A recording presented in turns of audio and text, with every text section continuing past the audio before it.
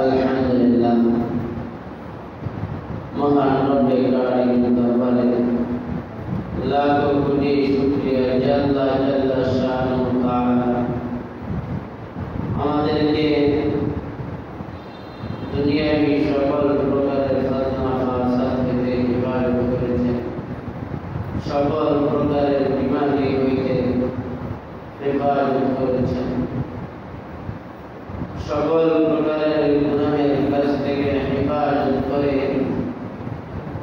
নেকির কাজ, সবের কাজ অর্থাৎ ফরজ হুকুম আদায় করার উদ্দেশ্যে আল্লাহ তাআলা আমাদেরকে তার ঘরে আসবার জন্য তৌফিক দান করেছেন এবং আমাকে কিছু কথা বলবার, আমাদেরকে শুনবার তৌফিক দান করেছেন। সেই মহান রব্বে কারিমের দরবারে আমরা সকলে দিল থেকে মন খুলে কালিমাতুশ শুকর আদায় করি আলহামদুলিল্লাহ। আল্লাহ তাআলা ইচ্ছা করেছেন তাই আমাদেরকে কথা বলতে দিয়েছেন এবং বলতে পারছি, আবার শোনার তৌফিক দিয়েছেন, শোনার মতো ক্ষমতা দিয়েছেন, এটা ইচ্ছা করেছেন তাই আমাদের শুনবার তৌফিক হয়েছে। অন্যথায় আল্লাহ তাআলা যদি ইচ্ছা করেন আমার আপনার কোনো ক্ষমতা নাই এই দুনিয়ার আওয়াজ, এই কোরআন হাদিসের কথা কান দ্বারা শ্রবণ করা। এটা আল্লাহ তাআলার বড় একটি নিয়ামত।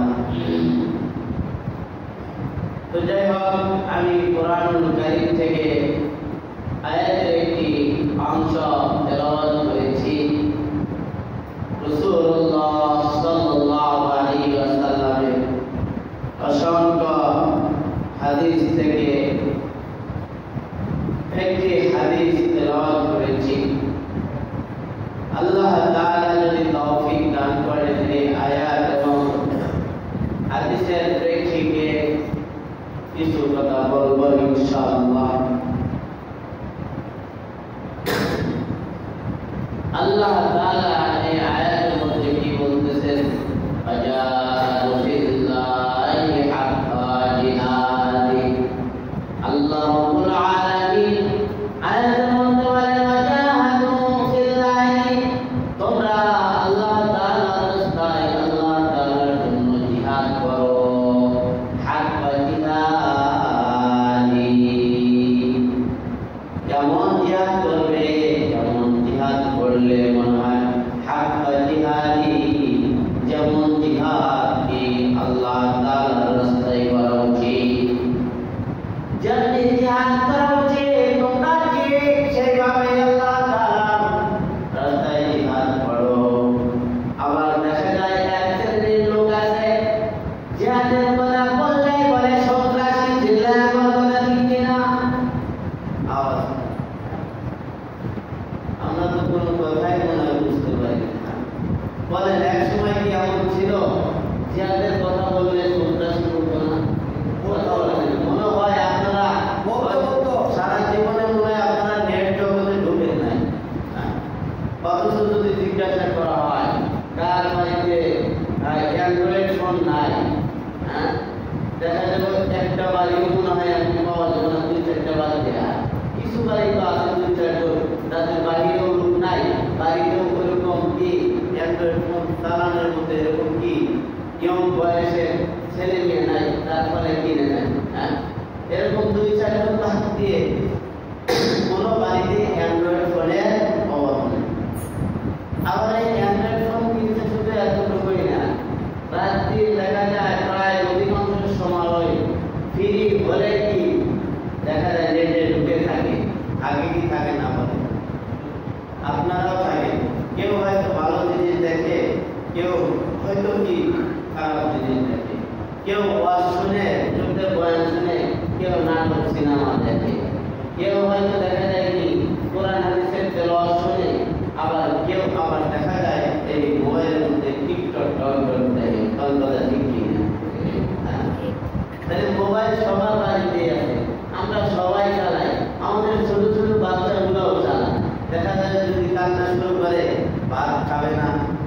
মাদ্রাসায় যাবে না, স্কুলে যাবে না, তখন দেখা যায় মোবাইল ধরে দেখো কতক্ষণ দেখো, দেওয়া হয় কি মানে। অথচ দেখা যায় একটা কথা বলা হইল, এতই তো আমরা নেটে থাকলাম, এতই তো ফোন চালাইলাম, আগে যদিও তো ফোন কম ছিল, তারপরে প্রায় ঘরে ঘরে টিভি ছিল, কথা ঠিক কিনা, এই টিভিতে সংবাদ দিত।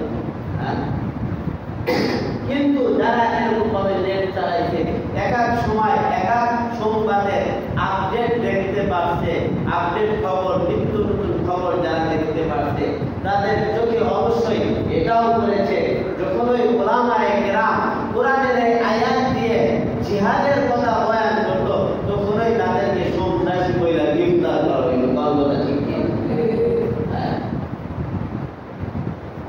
তো যদি কোন ব্যক্তি বলে জিহাদ এটা সন্ত্রাসী মতবাদ যদি বলে, তাহলে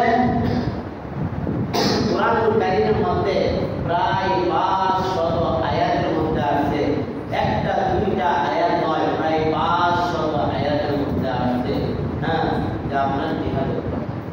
সকলেই বলেন আল্লাহ।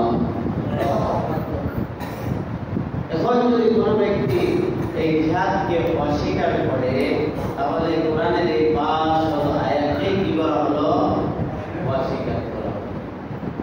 আর 500 আয়াতকে অস্বীকার করা নয়, বরঞ্চ যদি কোন মুসলমান কোরআনুল কারীমের একটা আয়াতকেও যদি অস্বীকার করে, তাহলে সে আর মুসলমান থাকবে না, সে কাফের হয়ে যাবে। আরেকটা বিষয় হলো, আয়াত মানে অস্বীকার করে না, আমল করে না, এই কারণে তার গুনাহ হবে, কিন্তু ঈমান নষ্ট হবে না। কিন্তু জিহাদ এটা ইসলামের এমন একটি গুরুত্বপূর্ণ বিষয় যে এই জিহাদের দ্বারা কখনোই সন্ত্রাসী সৃষ্টি হয় নাই, বরং অবশ্যই আপনারা শুনেছেন আমার আপনার হাবিব জনাবে মুহাম্মদ রাসূলুল্লাহ সাল্লাল্লাহু আলাইহি ওয়াসাল্লামের পূর্বের জামানায়, যে জামানাকে বলা হয় জাহেলিয়াতের যুগ, এখন পর্যন্ত বর্তমান সময়ে বলা হয় জাহেলিয়াতের যুগ, বর্বরতার যুগ। কারণ ওই যুগে দেখা যাইত মানুষ মারামারি কাটাকাটি করতো, হানাহানি করতো, কিন্তু ওই সকল মারামারি বন্ধর জন্য, ওই সকল কাটাকাটি বন্ধর জন্যই আল্লাহ তাআলা তার হাবিব জনাবে মুহাম্মদ রাসূলুল্লাহ সাল্লাল্লাহু আলাইহি ওয়াসাল্লামকে জিহাদের নির্দেশ দিয়েছে। সকলেই বলেন সুবহানাল্লাহ।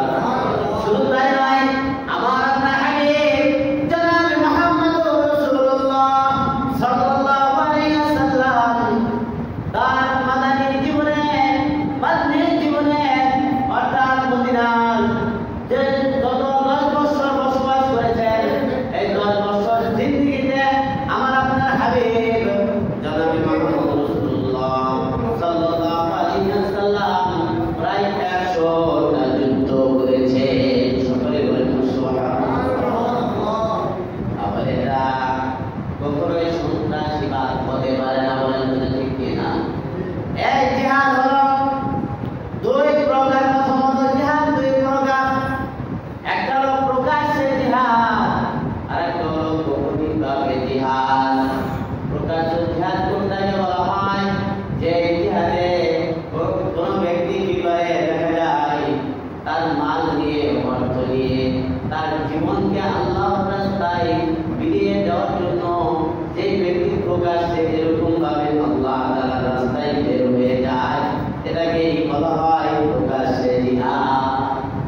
আর দ্বিতীয় নম্বর প্রকার বাতিনি জিহাদ।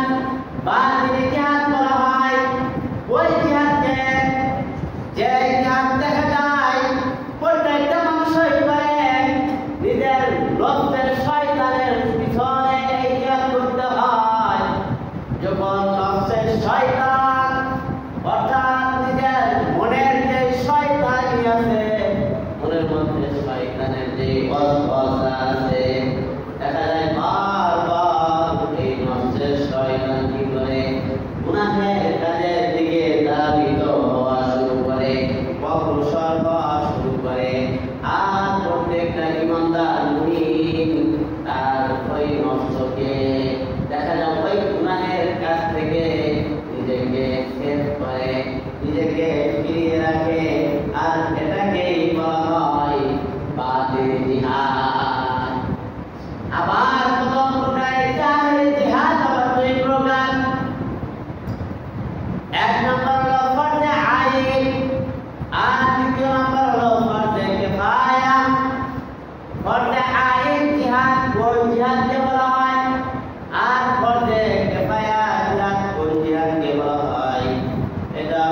আপনাদেরকে সাধারণভাবে বোঝানোর জন্য আমি এক্সাম্পল হিসাবে বলতেছি।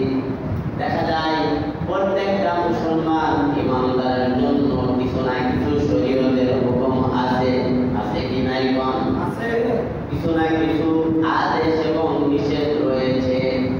প্রত্যেকটা ইমানদারের জন্য সবচাইতে প্রথম ঈমান আনার পর ওই ব্যক্তির জন্য যে সকল কাজ রয়েছে, আল্লাহ নবী সাল্লাল্লাহু আলাইহি ওয়াসাল্লাম বলেন, হাদিসটা তো অনেকবার শুনেছে, কিন্তু এই হাদিসের তাৎপর্য কোনো আলোচনাকে এখানে রেখে নয়, বরঞ্চ প্রত্যেকটা আলোচনার সাথে হাদিসটা সম্পৃক্ত।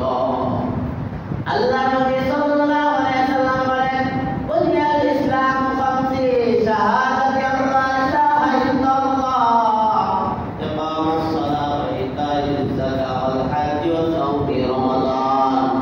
এই যে ইসলামের পাঁচটা ঈমান আনার পরে চারটা কি হুকুম, পাঁচটা কি স্তম্ভের মধ্যে একটা হলো লা ইলাহা ইল্লাল্লাহ, সাক্ষী দেওয়া।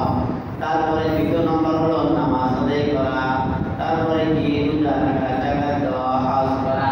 এই যে চারটা বিষয় যদি কোনো ব্যক্তি ঈমান আনলো, ঈমান আনার পরে তার জন্য 5 ওয়াক্ত নামাজ ফরজ, হুকুম পালন করা, এটা হলো প্রত্যেকটা ঈমানদারের জন্য এই 5 ওয়াক্ত নামাজ হলো ফরজে আইন।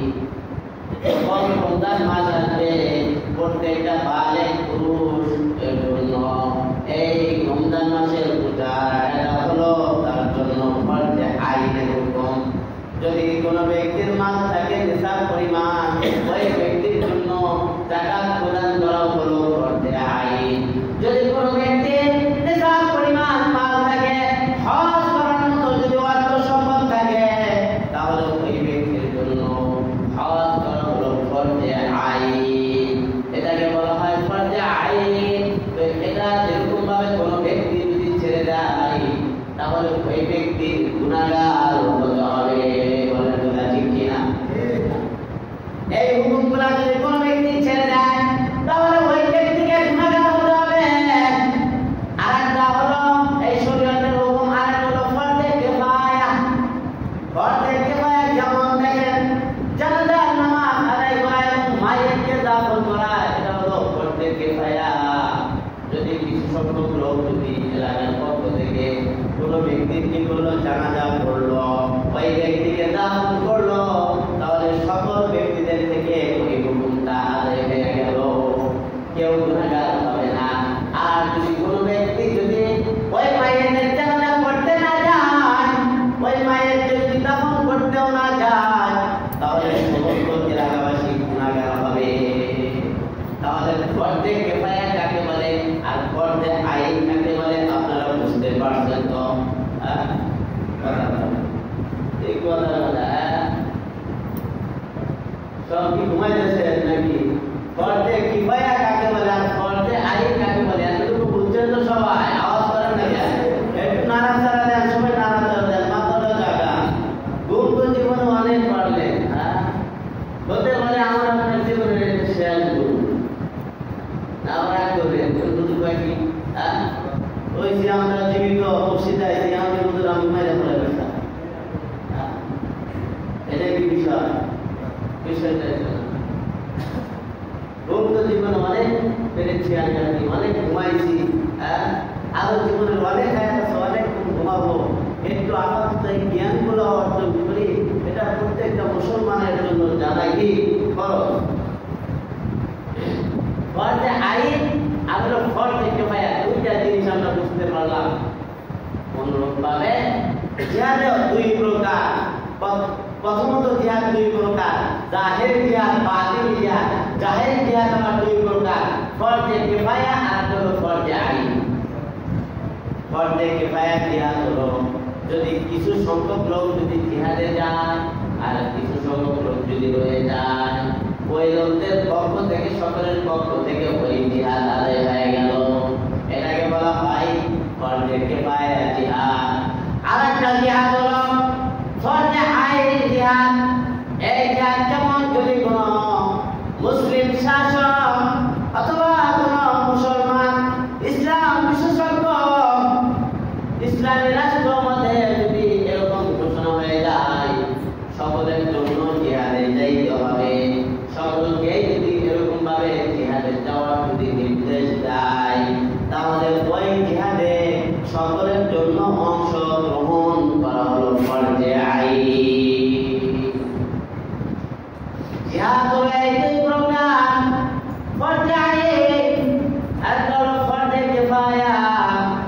কিন্তু দেখা যায় আমার এই জিহাদের ক্ষেত্রে কিছু কিছু মানুষের জন্য এই জিহাদে যাওয়ার জন্য তাদের জন্য রুখসত আছে, তারা ইচ্ছা করলে জিহাদে যাবে না এবং কি তাদেরকে যাইতে বাধ্য করা যাবে না।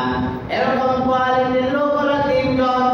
এক নম্বর হলো যে ব্যক্তি দেখা গেল তার পাটা ভাঙা, ওই ব্যক্তির জিহাদে যাওয়ার জন্য নির্দেশ নাই, তিনি গুনাহগার হবে না।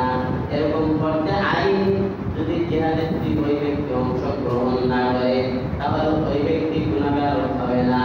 আর একজন ব্যক্তি হলো যিনি অন্ধ, ওই অন্ধ ব্যক্তি যদি জিহাদে যদি অংশগ্রহণ না করে তাহলে সেও গুনাহগার হবে না। আল্লাহ রাব্বুল আলামিন এক আয়াতের মধ্যে বলেন যে যাদেরকে জিহাদের নির্দেশ দেওয়া হয়েছে, যখন জিহাদের নির্দেশ দেওয়া হবে যদি কোনো ব্যক্তি জিহাদে অংশগ্রহণ না করে পিছিয়ে যায় তাহলে ওই ব্যক্তির জন্য রয়েছে যন্ত্রণাদায়ক শাস্তি। আর যে ব্যক্তি জিহাদে অংশগ্রহণ করবে ওই ব্যক্তির জন্য রয়েছে জান্নাত। সকলে বলেন সুবহানাল্লাহ। শুধু জান্নাত নয়, ওই ব্যক্তির জন্য যেমন জান্নাত আল্লাহ তাআলা দান করবেন, যার পদতলে দিয়ে থাকবে শুধু নহর। সকলে চিল্লায় বলেন না সুবহানাল্লাহ। এখন পর্যন্ত এই জিহাদের কিছু আংশিক ধারণা দেওয়ার কারণ হলো দেখা যায় বর্তমান অবশ্যই আমরা সকলে জগতে দেখি, ফেসবুকে ঢুকলেও দেখা যায়, ইউটিউবে ঢুকলেও দেখা যায়। আমার আপনার ফিলিস্তিনি মুসলমান ভাই, আমার আপনার ফিলিস্তিনের মুসলমান ছোট ছোট শিশু বাচ্চারা তাদেরকে কিভাবে মারা হইতেছে, কিভাবে তাদেরকে শহীদ করা হইতেছে, কেমন তাদের প্রতি নির্দয় নির্মম তাদের প্রতি অত্যাচার জুলুম নিপীড়ন চালানো হইতেছে। যদি হয়ে যায় এমন বাংলাদেশের সরকার যদি এরকম যদি কি করে জিহাদে যাওয়ার জন্য যদি নির্দেশ দিয়ে দেয়, ওলামায়ে কেরাম যদি এমন ফতোয়া দিয়ে দেয় সকলের জন্য জিহাদে যাওয়ার হুকুম, এই জিহাদে সকলের জন্য যাওয়া ফরজ, এবং যদি বৈধভাবে যদি দেখা যায় যাতায়াতের ব্যবস্থা করে দেয় তাহলে প্রত্যেকের জন্যই, প্রত্যেকটা মুসলমানের জন্যই এই জিহাদে অংশগ্রহণ করার ফরজে আইন। যদি হয় এরকম নির্দেশ সকলে জিহাদে যাইতে ইচ্ছুক আছেন ইনশাআল্লাহ? যেরকম ইনশাআল্লাহ হওয়ার কথা ওরকম হয় নাই। হুজুর তো কয় জিহাদে যাওয়ার জন্য বাড়িতে রয়েছে ছোট ছোট বাচ্চা, বিবি, মহাব্বতের স্ত্রী, এগুলা দিয়ে কেমনি জিহাদে যায়? কথা ঠিক কিনা? যদিও তো হুজুর মুখ দিয়ে স্বীকার করা, মুখ দিয়ে একটু একটু বাইরে, কিন্তু অন্তরটা কি লাইগা হয়েছে বাংলাদেশে আর নিজের বাড়িতে। কথা বলা ঠিক কিনা? কিন্তু সাহাবায়ে কেরামের আদর্শ কেমন আদর্শ ছিল? হযরত হামজা রাদিয়াল্লাহু আনহু তিনি নতুন বিবাহ করেছেন, এমনকি 5 রাত তিনি স্ত্রীর সাথে কি করেছেন? শারীরিক সম্পর্কে লিপ্ত হয়েছেন। এদিক দিয়ে হযরত হামজার কানে চলে এসেছে আল্লাহ নবী সাল্লাল্লাহু আলাইহি ওয়াসাল্লাম শহীদ হয়ে গেছে। যখন এই আওয়াজটা হামজার কানে চলে এসেছে, হামজারা বলে, স্ত্রী আপনি তাকে আমার আর বিছনায় সময় দেওয়ার সুযোগ নাই, আমার হাবিব শহীদ হয়ে গেছে। যে দুনিয়ায় হাবিব নাই, রাসূল নাই, ওই দুনিয়ায় আমি হামজারা বেঁচে থাকার কোনো অধিকার নাই। চিৎকার করে বলেন না সুবহানাল্লাহ। হযরত হামজা রাদিয়াল্লাহু আনহু দৌড়ে চলে গেছে জিহাদের ময়দানে। এক পর্যায়ে